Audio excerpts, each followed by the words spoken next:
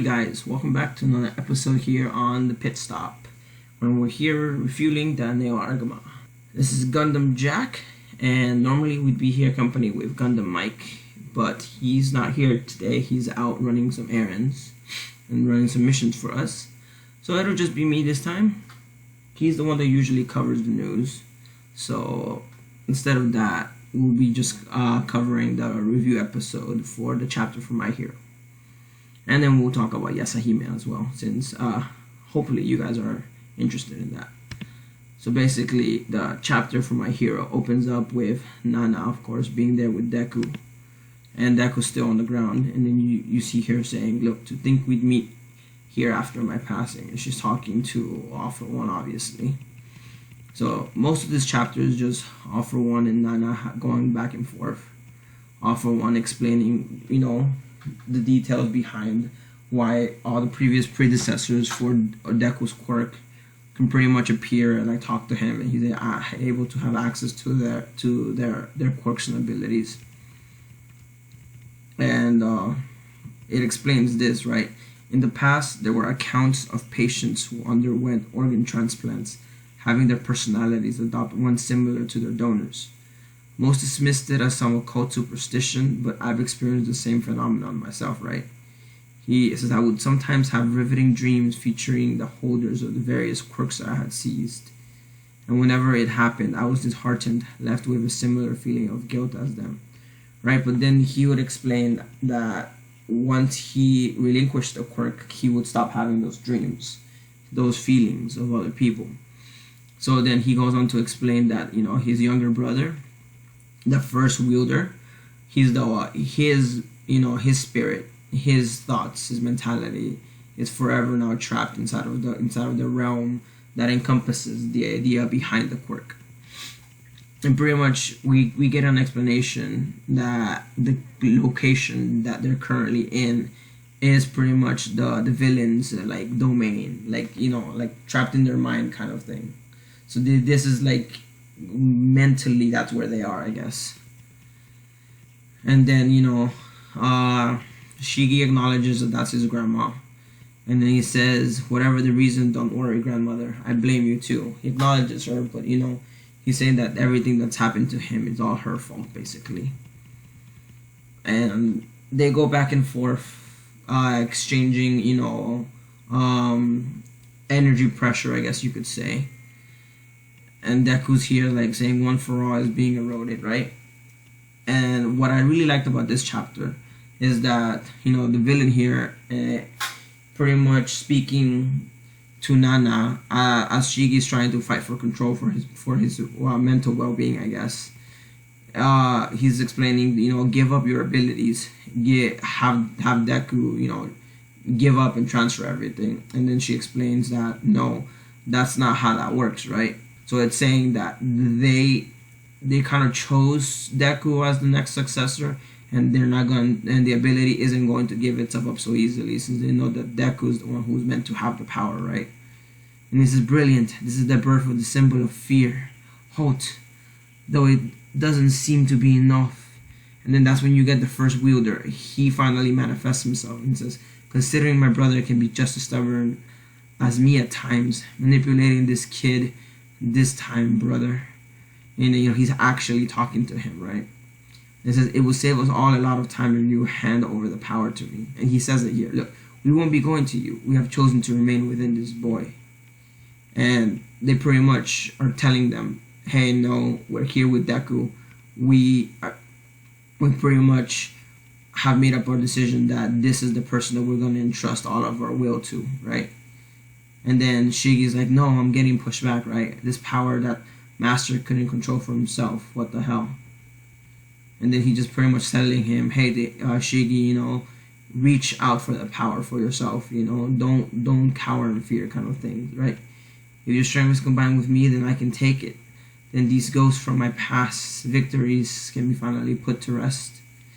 It says, "Little brother, you said you've chosen him. Quit pretending you're so strong.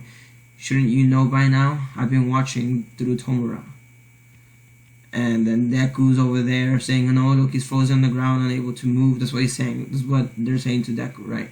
He couldn't either protect his friends or his teachers, and instead he needed protection himself. Leaving this power to such a simpleton was your mistake.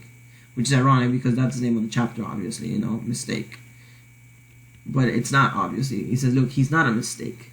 Someone like you, brother, who only takes advantage of others wouldn't understand. No matter what this boy will do, he will spill his blood for others. He becomes enraged for others, and without limits and without fail, he picks himself up. He is a boy possessed by the need to save others. Despite his common sense, his power will stick with this boy. And you see Deku immediately being thrust. Like, he's no longer chained and held down by not being able to do anything. When he's finally able to, get up and do something about it. Like, as it says, he becomes enraged for others.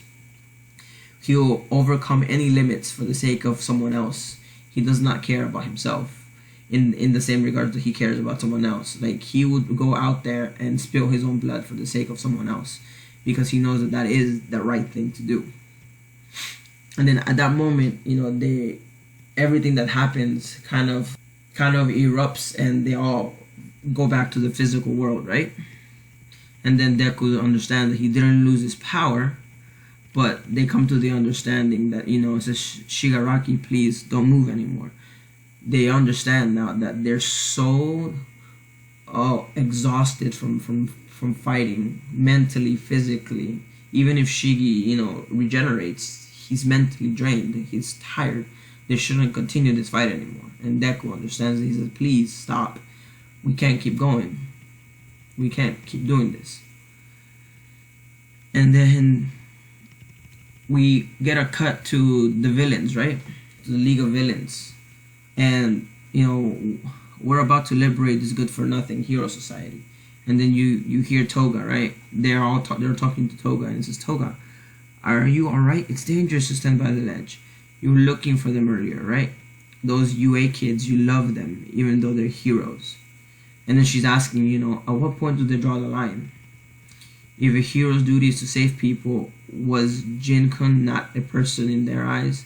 Would they kill me as well? She's saying, was it alright to kill twice? She obviously doesn't understand the circumstances of how his demise happened. She wasn't there. Hawks gave him the option. He told him, please stop. I want to help you. And twice didn't comply. He, in his own right, became a hero for the villains, for the League. He respected the League so much because they were the first group of people to acknowledge him as a person, as a being, that he wanted to give his life for them. He would spill his own blood for them.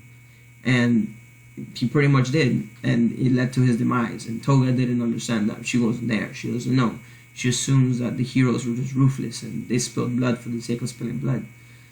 So that's why she says this, right? And I like the way it ended, though, because she says, I like to ask that question to them, to Deku, to Ochako. Depending on their answer, she'll figure out, depending on what answer Class 1A gives to her, would depend on her next set of actions, right? So this is like the ending of the chapter. But again, depending on how they respond to her, will determine what her actions will be, of course. It'd be interesting to see more character development for her and see how she plays out as a character, Overall, I felt like this was a very befitting chapter, going on with Nana being able to kind of come out from Deku and be able to have a one-on-one with Shigi. Of course, not being able to since, Shigi's having the power struggle right now. But also being given the explanation as to what the power is, as to how all of the prior predecessors were able to pretty much be there with Deku.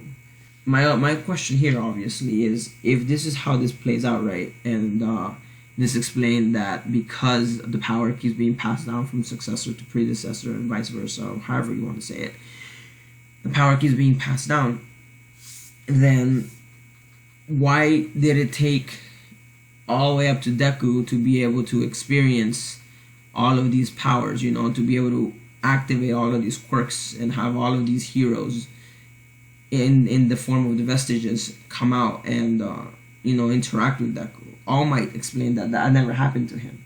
We don't know if that happened to Nana, but basing it off of All Might and Nana never mentioning it even before her demise, then that only happened to Deku. That's kind of, I don't know, interesting, I guess. But I don't know. What are you guys' opinions? What are you guys' thoughts? I can't wait for the next chapter, seeing if Shigi actually stops fighting and they go and they regroup.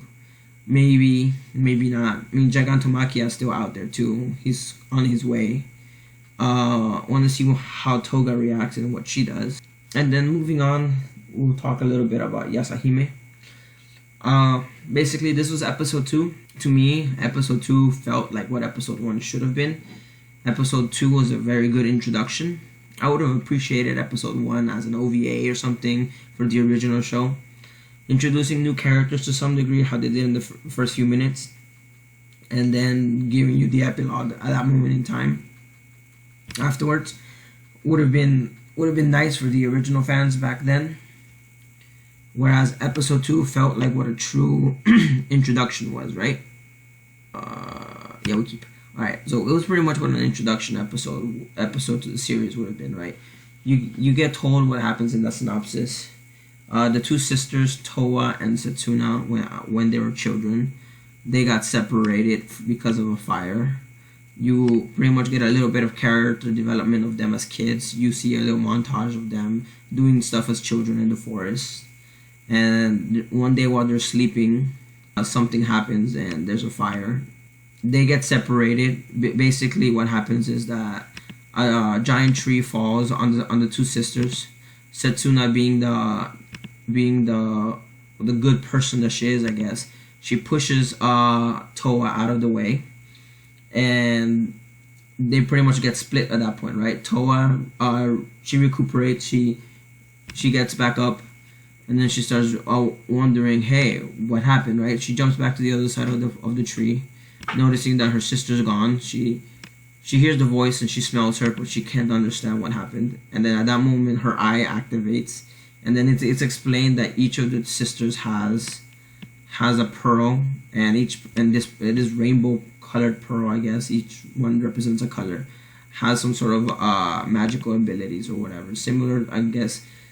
Not similar, but with the same understanding that the Shikon jewel was also mystical and had powers and did stuff. I'm guessing this is to some degree something similar to that aspect, right? So, Towa's eye activates, and we learn later on in the episode that that's where her jewel, her pearl is, and when it activates, she gets thrust into the future, and she gets sent to specifically Kagome's house in that future, right?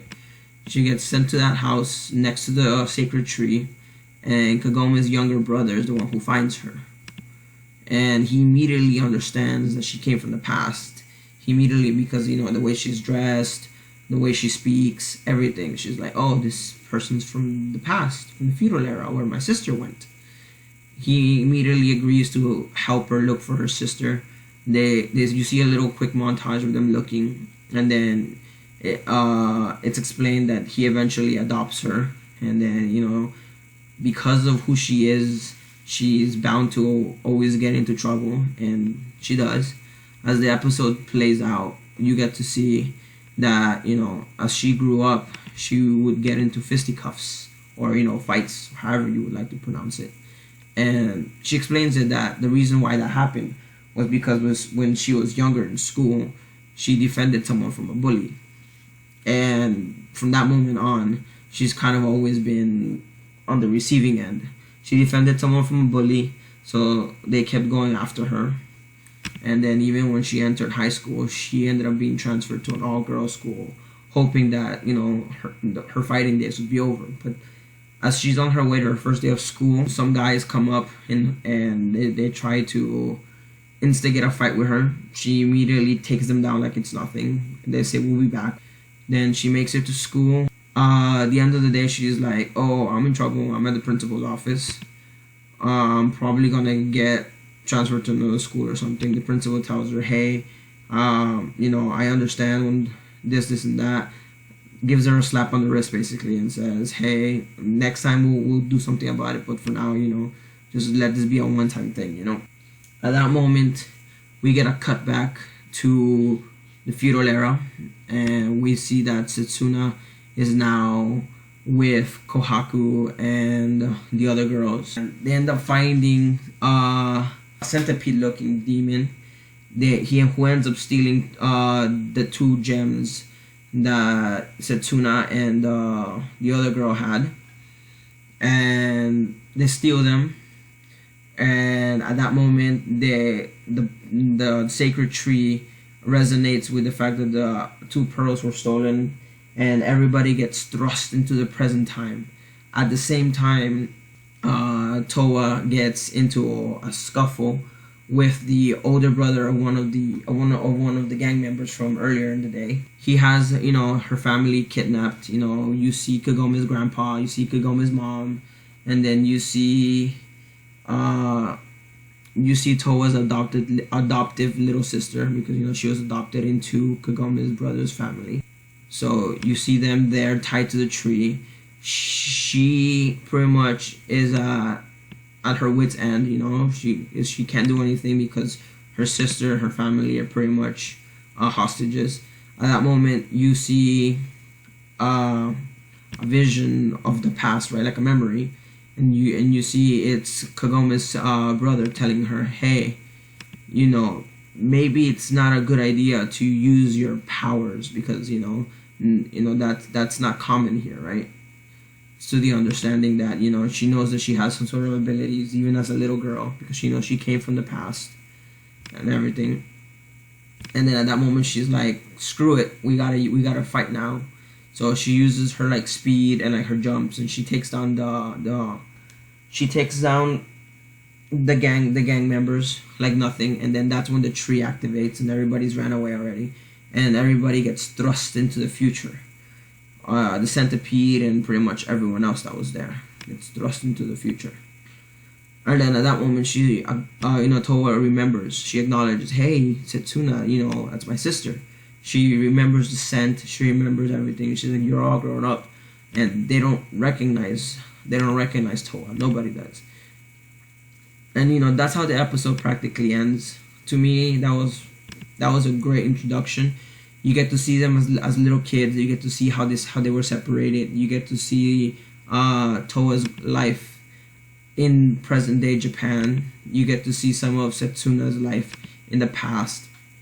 And I like the little twist they did, having them travel to the future instead of before, where in original Inuyasha it was just Inuyasha and Kagome going back and forth. At least in this one, everybody gets practically thrown into the future. And then when you watch the preview kind of shows you that they're all in Towa's house. So I'm wondering how the next episode is going to play out. But I want to give this show a chance. I think it's really good. If you guys haven't seen the first 2 episodes, I recommend you guys do. If you guys were fans of the original show, it's gonna be nostalgia going back into the world of Inuyasha, into the world of feudal Japan, into everything. It's gonna be great, and you guys should totally check it out. Alright, so I guess enough rambling from me. Let's see if we can finish up this quick game here. Also, to be fair, I haven't seen the latest episode for Digimon. It's been a while. So I watched last week's, but that show's getting really good as well. I was a little bit underwhelmed with the way last week's episode ended. I was expecting a little bit more from Kari and a little bit more from TK. I was expecting them to at least get their Digivices in this one. Maybe get thrust into the digital world or something. But my understanding, based on how the show is progressing, is that maybe they're gonna save them for the season 2 guys. When they ended up getting older and they ended up getting the D3s and everything else. Anyways, guys, this is it for me. I think Neo Argama is done refueling, and we're going to head out. This is Gundam Zeta taking off.